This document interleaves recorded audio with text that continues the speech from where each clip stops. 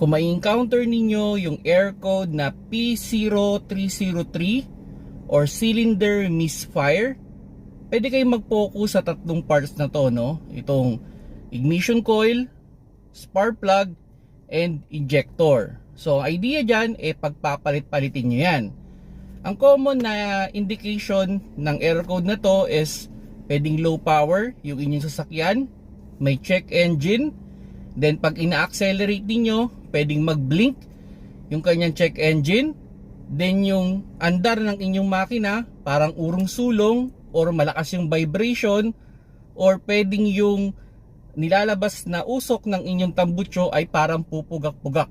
So yan yung mga indication itong P0303.